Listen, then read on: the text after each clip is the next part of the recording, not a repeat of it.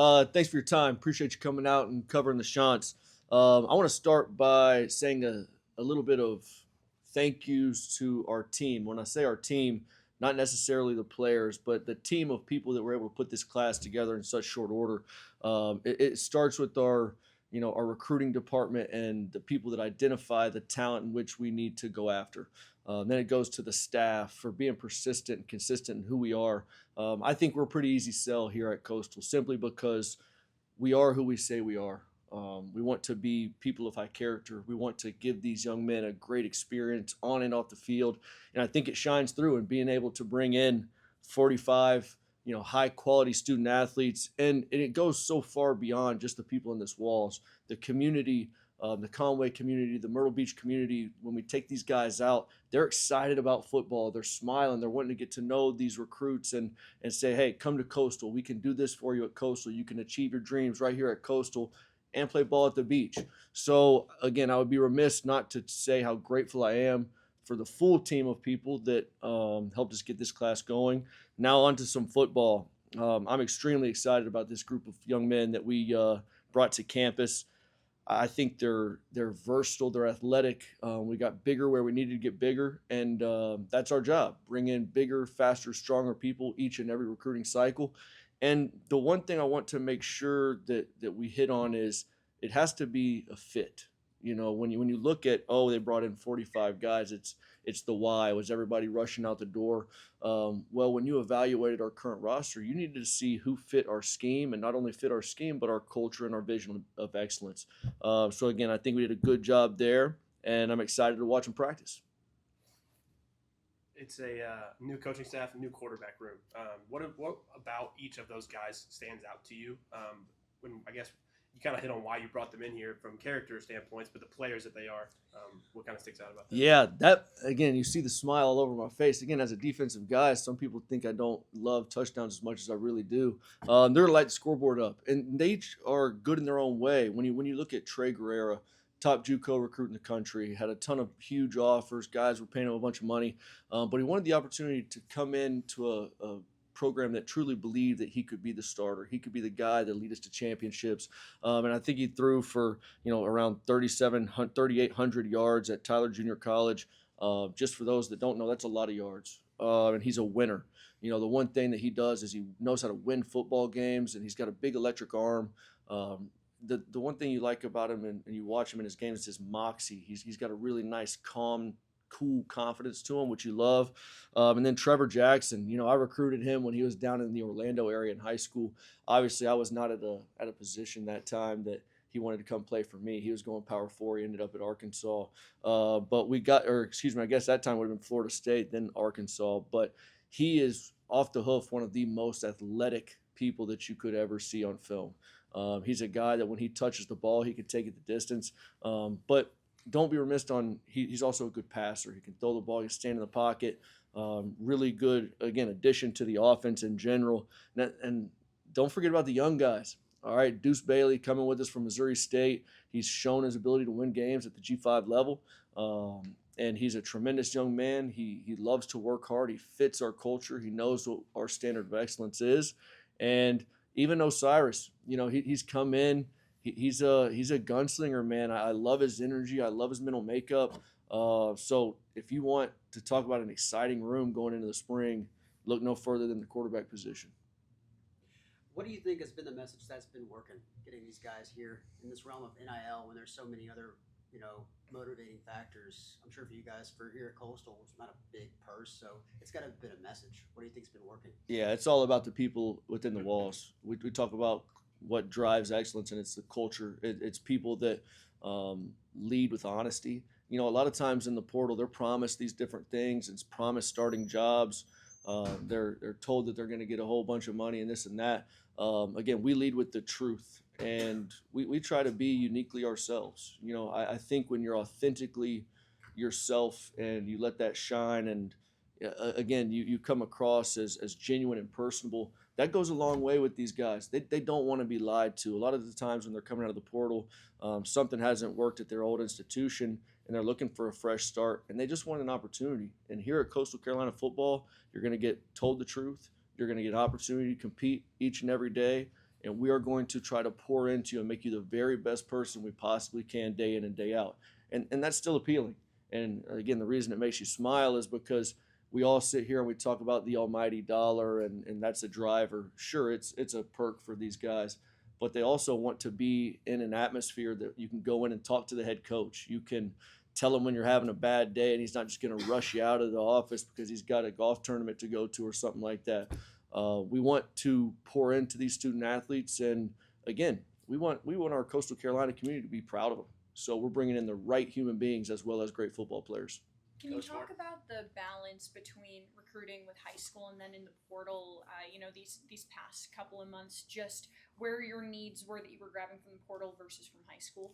Yeah, we had kind of the perfect storm. We had the late bowl game. We had to get our whole new staff in here in a short amount of time.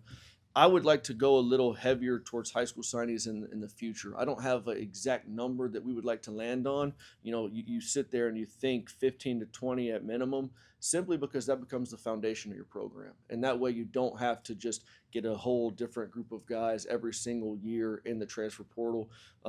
Again, so those numbers will be bulked up. I think we got some tremendously talented high school players this round. But again, just how kind of the calendar fell, and the young men that decided to leave this program, we had to go heavy on the transfer portal and the JUCO route. And I think we got some of the best guys available. And I also want to talk about the retention. The one thing we were able to do is we were able to keep a lot of production off last year's team. And it wasn't just keeping productive players, it was keeping the right players, the mindset, and they shared our vision, and they wanted to be a part of bringing Coastal Carolina football back to where we know it can be, and that's the championship level.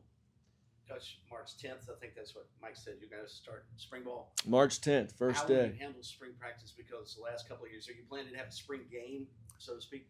That's always a great question. I think if we're healthy enough, we would love to have a spring game. I'm not going to put anyone's fall season in jeopardy by making them go out there and have some huge spring game production. What we are going to do is we're going to have a family fun day. We're going to do a lot of things with our administration to get we want to make this the grassroots program of South Carolina. We want people to come in at a young age, get the Pop Warner teams out here, get the families out. So we're going to have a big day of fun, and we're going to have hopefully a good spring game, and I think hopefully we'll be able to talk a little bit more about that when it gets closer. But if possible, we are going to have a spring game on March 27th. So put that on your calendar, March 27th. And we're also going to do something that is near and dear to my wife and I's heart. March 14th, we're going to do a ladies' day. All right, so we're going to come in, do some X's and O's, have some boutiques for the ladies, because here at Coastal Carolina, it's about the whole entire family. We can't just cater to the guys that love football, because there's women out there that love football. I mean, yesterday we just celebrated Women in Sports Day, so hats off to you for being in the space and dominating, doing a great job. So, yeah, there's a ton of great things going on right now on the schedule, and we're excited about it. Earlier, you mentioned the trust between player and coach. What about the trust between the coach and the organization as a whole, the program as a whole, from top to bottom? What has that been like over the last 2 months, and how have you kind of seen that grow? Yeah, definitely. I think when we took this job, you want to be as vertically aligned as possible. And we were in on a bunch of good jobs in the offseason, but the one thing that stuck out with Chance Miller and Andy and the rest of our administration, even President Weinbrink, is they're vertically aligned in regards to what they want this program to look like. They want to, have a standard of excellence. They want to win championships, but they also want them to earn a meaningful degree. They also want them to be treated with dignity and respect, and be able to come to the facility and smile, and be able to, like you said, whether those administrators come in or whether you've got the social media team that comes in taking some pictures, who does a great job in all the graphics and videos. I think we're as well-rounded as it gets. And when you look at our staff, and I'm glad you hit on the trust thing, trust and loyalty are huge to me. And you look at our staff, and you look at our offensive and defensive coordinator, and you get the question of, why did he bring everybody from Missouri State? Well, we preach trust and loyalty to our players, and they helped us get this job that we're currently sitting in talking to you fine people. I don't need, higher named coaches. I need guys that I've won with, that I've grinded with, that I think do things at a high level. And again, talk about Nick Petrino. It's not every day that a Heisman Trophy winner gives you a shout out as he's hoisting the trophy. LD Scott. We set the school sack record at Missouri State 3 out of 5 seasons. I believe last year, don't quote me on this, I'm pretty sure we're top 2 in the Conference USA in total defense, as well as, multiple different categories. That's pretty good ball to me. The players that either chose to stick around this year or that you wanted to stick around this year, have you had conversations with them about maybe a change in mood that they feel with this new coaching administration? Yeah, I actually wish I had a few guys up here with me. It's kind of lonely up here because as the as the head coach, you kind of sit in that office sometimes and you don't get to be around the guys as much as you'd like. But we are involved in their weightlifting. We go and watch them eat lunch and dinner and those types of things. The vibes right now at Coastal are extremely high, and we have a philosophy. There's not every day is like happy, but there's joy in every day, and I think that when you have a culture of excellence and you have a group of men that believe in you and want you to be the best person you can possibly be, you do have a sense of positivity to you. And our lead core value is attitude. How do you approach each day? Do you approach it with a positive attitude? Are you doing things that even Miss Judy this morning, she's riding the wave too. She was smiling. She was excited about the press conference, and she helps keep this place clean and takes care of us. So it takes everybody, and I think that we're doing a great job of showing the culture that we want to have at Coastal, and the players are embracing it. You've had some time to get involved in the community since your introductory press conference. Just talk about your experience. I know that you've gone on the Strut podcast. I know you've gone to a ton of events. Just talk about this community. Yeah, the excitement around Coastal Carolina football right now is evident everywhere you go. You've got Shant stuff, gear here, there. Everybody talks about Coastal Carolina football and baseball and basketball right now is killing it. We're a very well-rounded university, and I think that has a lot to do with the community that we're in. I'm a foodie. I try to go to all the local mom and pop places possible. I was just at a breakfast diner that was unbelievable. I mean, like, I could spend a lot of time in there. Not that I have a lot of free time, but it helps. And when you look at these great recruiting numbers and players that we brought in, if you don't have that community feel and you don't have people around you that want you to see you succeed, it just doesn't work. And I want to say another thank you to the community for just basically wrapping their arms around our family. My kids love the school that they're in. The twins love the daycare. My wife gets calls all the time for just people wanting to help and be there for us. And again, that's it's impactful for me as the father of the family. So thank you for that. You mentioned all the stuff and all the work you've done getting up to this point. What's the next month look like heading into practice? Man, finally getting to some football. I know the recruiting is great and getting good players in here is awesome, but I am a football purist, and we are going to absolutely get after it next week. We start mat drills on Tuesday, and we're going to start installing on Monday, which it can't come soon enough because, you can be as big and tall and strong and fast as you want, but we got to be able to identify who can play football the way we want them to play, who can have that mental edge that we need them to play with.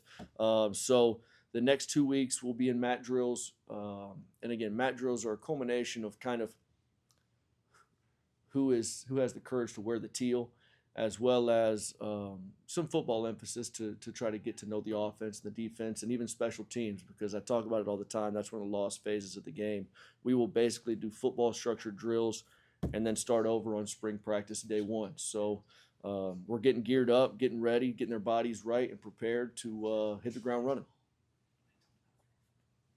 Coach, last week there was the South Carolina Blitz from you and your staff going across the Palmetto State. One, how did you and the staff enjoy getting out around the state? And then two, why was that so important to have such a big campaign about being around the state? Yeah, that's a great question. We want to be South Carolina's team. I know there's a lot of other good programs in the area, but I think we have some uniqueness to us, not only our staff, but again, we're about 5 miles from the beach any direction you go.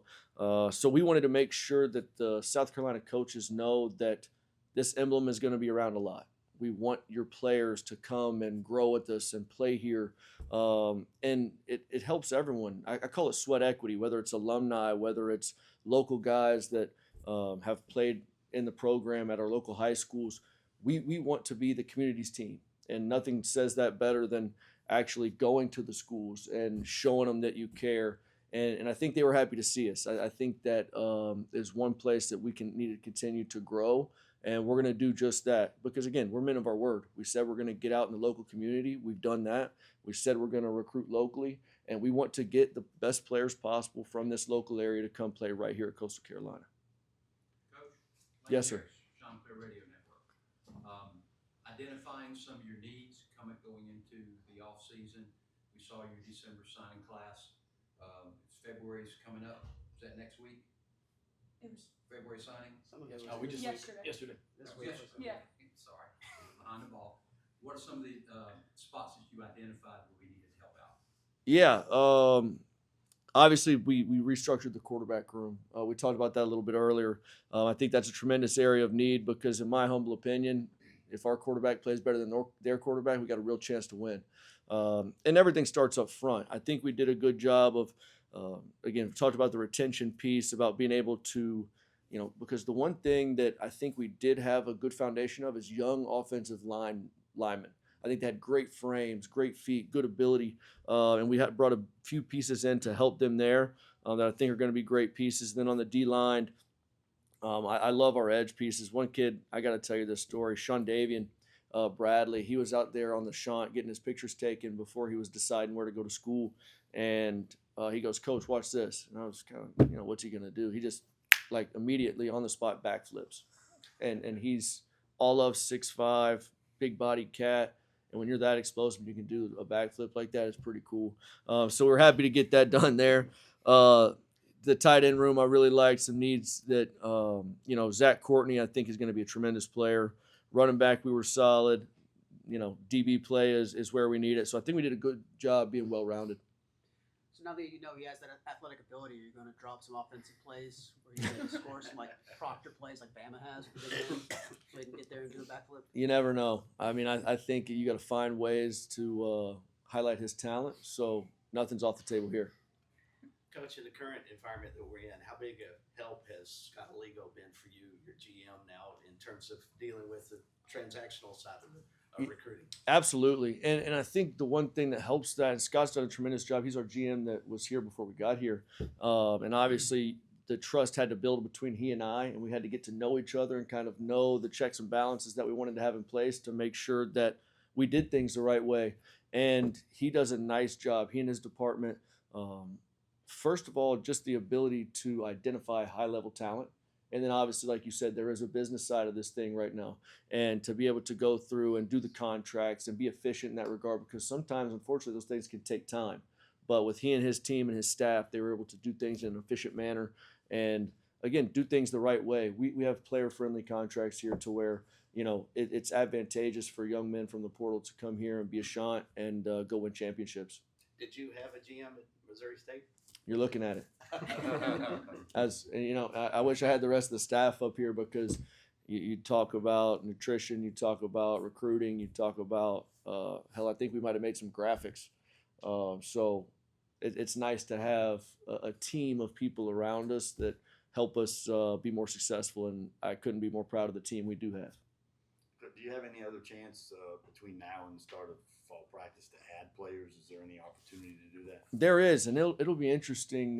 We could sit up here and talk about how that'll go through the next few months for a long time, but there will be guys coming available. We do have a few spots left. We have, I think, 2 or 3 spots available just in case somebody was to show up on campus that's a good football player.